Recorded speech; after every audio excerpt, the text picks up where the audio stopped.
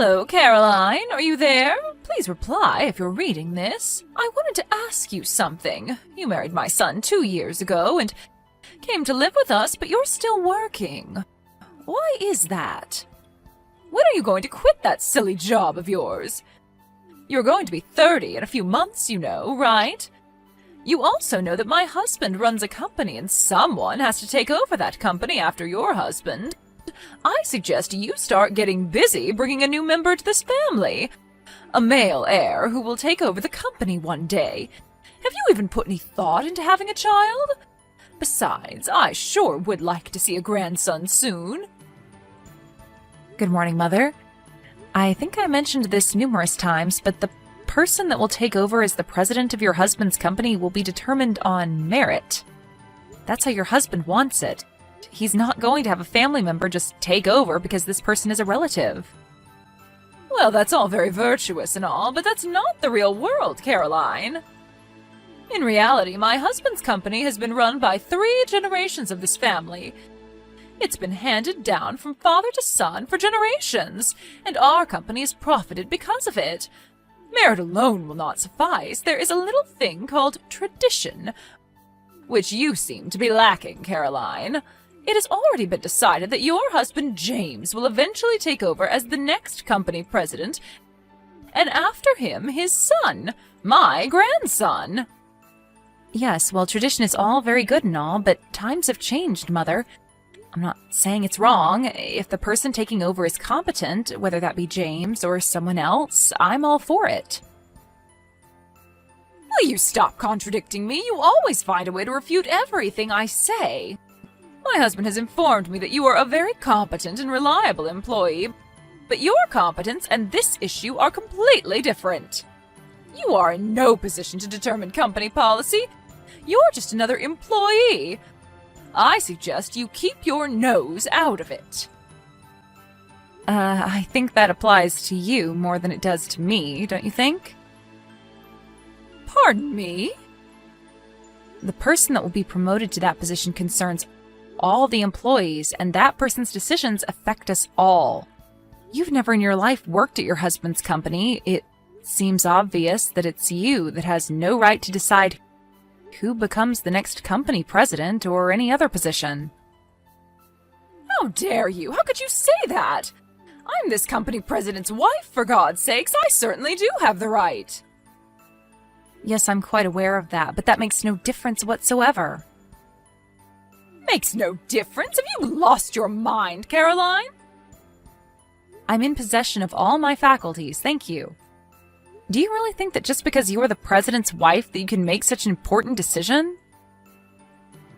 Well, I have the right to.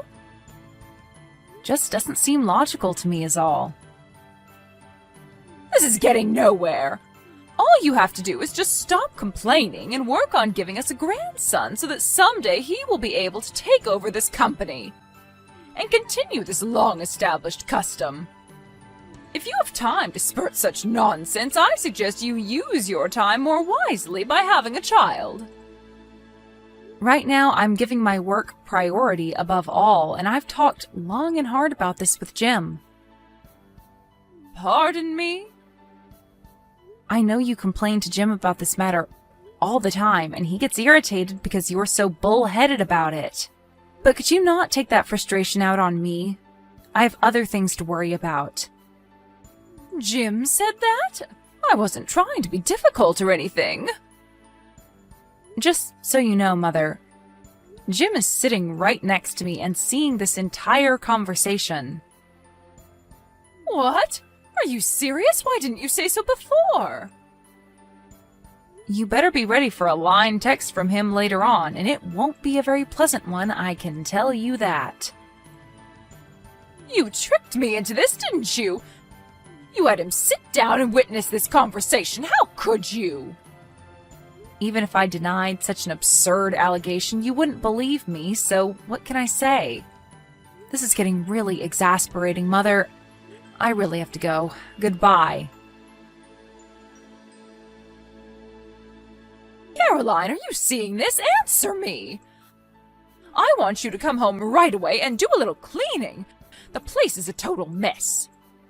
You married into this family and you live in this house. You have an obligation to do some of the chores. Sorry, Mother, I'm still at work and I have to do some overtime tonight. Got a project to finish up. Sorry. Are you serious? My husband left his position as president to become the chairman. There is not much time left for you to get to work conceiving a child. And why are you still working? There's no need. I want you to resign and stay home and fulfill your role as a wife. Excuse me? You want me to be an obedient little housewife? Is that it?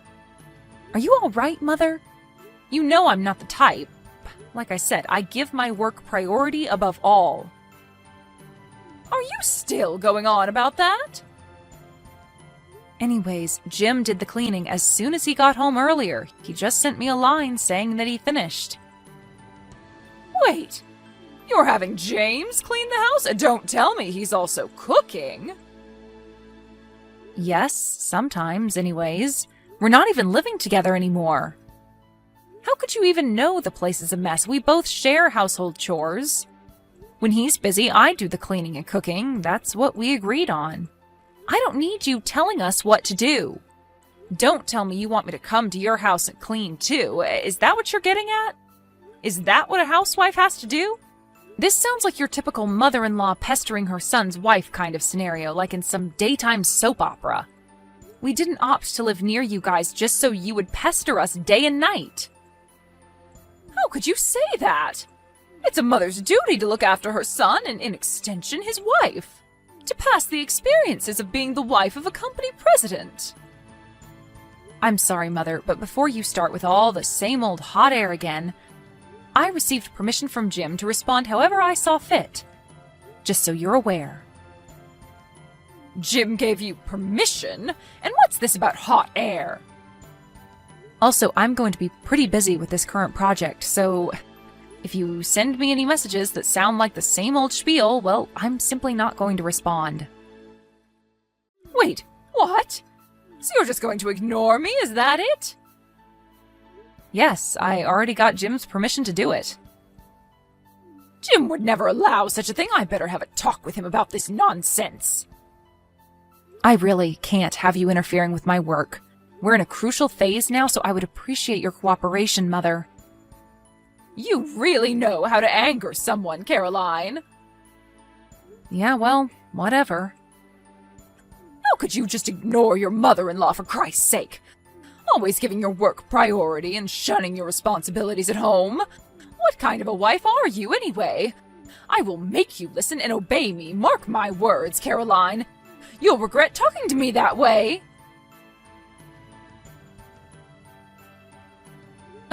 Mother? Have you gone totally nuts? Why did you go into our house without permission? And why did you change the locks? How do you expect us to get in? Are you trying to lock us out of our own home? Do you realize what you're doing, Mother? And besides, where the hell did you get a spare key? I never gave you one, and neither did Jim. I simply took my son's key and had a spare made down at the mall. Hold on a second, Mother. You had a spare made without us knowing? Yes, when he visited us last month, I saw his key case on the kitchen table. And when Jim and my husband were watching that football game, I drove down to the mall and had a spare made. He never knew it was missing. You just went and made a spare key to our house? For what, may I ask? Yes, that's because you two would never give me one. Jim promised he would when you first moved in. If I don't have a spare, how am I supposed to go over there and check the place and see that you're doing your duty properly? Mother, do I really have to explain? Stop right there, Caroline. If you want to enter this house again, I suggest you admit that you were wrong and obey my every demand. I want you to pledge that you will never disobey me, the mother of your husband, the current company chairman. And you mustn't forget that I'm the current president's mother. I want your solemn oath that you will never, ever again defy or refuse to obey your mother-in-law. I want your word or you're not entering this house. Wait a second. Did you just say the current president's mother? I'm not sure I understand you. That's right. Why is it so surprising? Just leave company matters to the current president. That would be my son, and focus on conceiving a child. You're the president's wife. There's no reason for you to work. Do as I say, Caroline, or there will be consequences.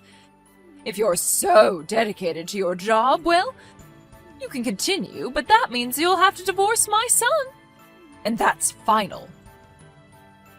Oh, okay. So that's what you want me to do, huh? You want me to just resign from this company? Am I understanding you correctly, Mother? That's exactly what I'm trying to tell you. Have you finally gotten that through your little head? There are plenty of other employees that can take your place. That's what a company is for. You work, and when your time comes, you retire to raise a family. It's the normal course of things. Simply just resign and focus on bringing us a grandson. That's your role. It's about time you learned that, Caroline. Oh, okay, Mother.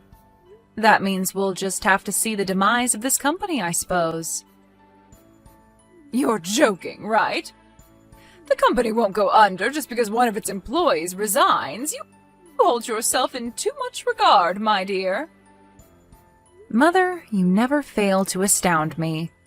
I really thought you had the company's survival in mind and that you were serious in your concern regarding who would take over as president, but then you tell me that I have to resign, and not for the good of the company, but to have a baby. What are you trying to say, Caroline? My concern for the company and the family are clear-cut and logical. There is nothing irrational or unjustifiable about what I'm saying. Oh, but it is completely irrational in my opinion. Okay, so if you think what I'm saying is so irrational, then explain that to me. Which part of it is it that you find so unreasonable? Like I said, you attach too much importance to yourself. It embarrasses me whenever you applaud yourself, extolling the virtues of your own work all the time. I mean, how arrogant do you have to be to say the company will go bankrupt if you quit? My God, the audacity! Mother, I hate to tell you this, but I'm the new president of the company. Say again? What did you just say? I said, I'm the new president of the company. I recently took over. I'm surprised you didn't know. Stop joking around, Caroline. I'm serious. This is no laughing matter. This concerns the future of our family. The next president has already been determined, ever since he was born, as a matter of fact. How could he give that position to you, please? Then why don't you ask your husband or contact Jim right now and ask him? They will both tell you the same thing. Or you could even call the office and every employee there will tell you the same thing. This is some kind of prank, right? And what about James? What's James going to do? If he's not president, is he just a regular employee? That can't be. Jim's set to resign by the end of next month. Again, I'm surprised you didn't know. Resign? You're saying he's going to quit the company? Yes, he says he has other objectives, so for now he'll work freelance and see how things go. Freelance? Meaning he's not even going to be employed by a company? Yes, for a while, I guess, after which he says he will eventually start his own company. Start his own company? But why can't he just take over this company? Why would he start his own? Don't tell me you don't even know about that. I thought for sure you would know that. I didn't realize there was such a lack of communication in your family. Jim said that when he went to visit last time, he brought it up several times. He did? I never... He told me that your husband and Jim discussed this possibly years ago. Jim wanted his advice. After all, your husband built his company from scratch. Who better to get advice from, right? Huh? Really? And this was all before Jim and I got married. Neither my husband nor Jim mentioned anything. Oh, and as a side note, as for being selected as president of the company, both Jim and his father were explicit in their decision that I keep my business matters separate from my personal ones, meaning even if I became president, it would not affect our personal lives. And this decision does not mean that because Jim was not selected as president that I stole it from him. Please don't get that idea. Why wasn't I told about this? This is important. My husband nor Jim gave any clue as to what was going on.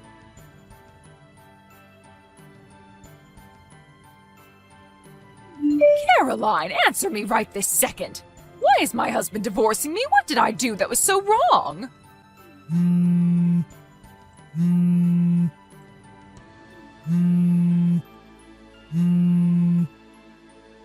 Ever since you arrived, this family has gone totally haywire. You ruined our family, Caroline. And why did Jim throw away the opportunity to become the president of his own family business? And now he's a freelancer? Why? And my husband, he didn't lift a finger to stop him. As a matter of fact, he encouraged him to quit and become a freelancer. What has gotten into everyone? You put a jinx on this family, Caroline. But the worst was yet to come. They appointed you as the next president of our company? How did you manage to dupe everyone? And now my husband wants a divorce? This is like some nightmare. Well, for one thing, you came barging into the offices of our company announcing to everyone of your status as the president's wife, screaming and demanding that your son be appointed president and that after him, our non-existent son, your grandson, be in line to take over after him. That didn't go over too well, especially with your husband. He was humiliated in front of all of his employees. Well, I only did that to protect our...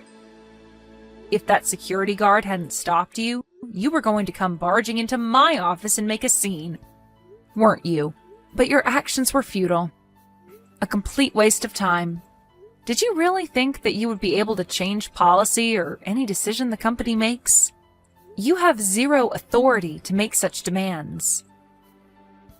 But I'm the president's wife. It doesn't matter, Mother. I'm sure your husband told you many times about his frustration with the old traditions. That generation after generation you select a family member as president. It just didn't sit right with him. He wanted a more merit-based system. He believed a more equal and fair playing field would allow the company to grow beyond its wildest dreams, instead of clinging to old traditions. No, he never meant those things. He was always a family man, always followed tradition.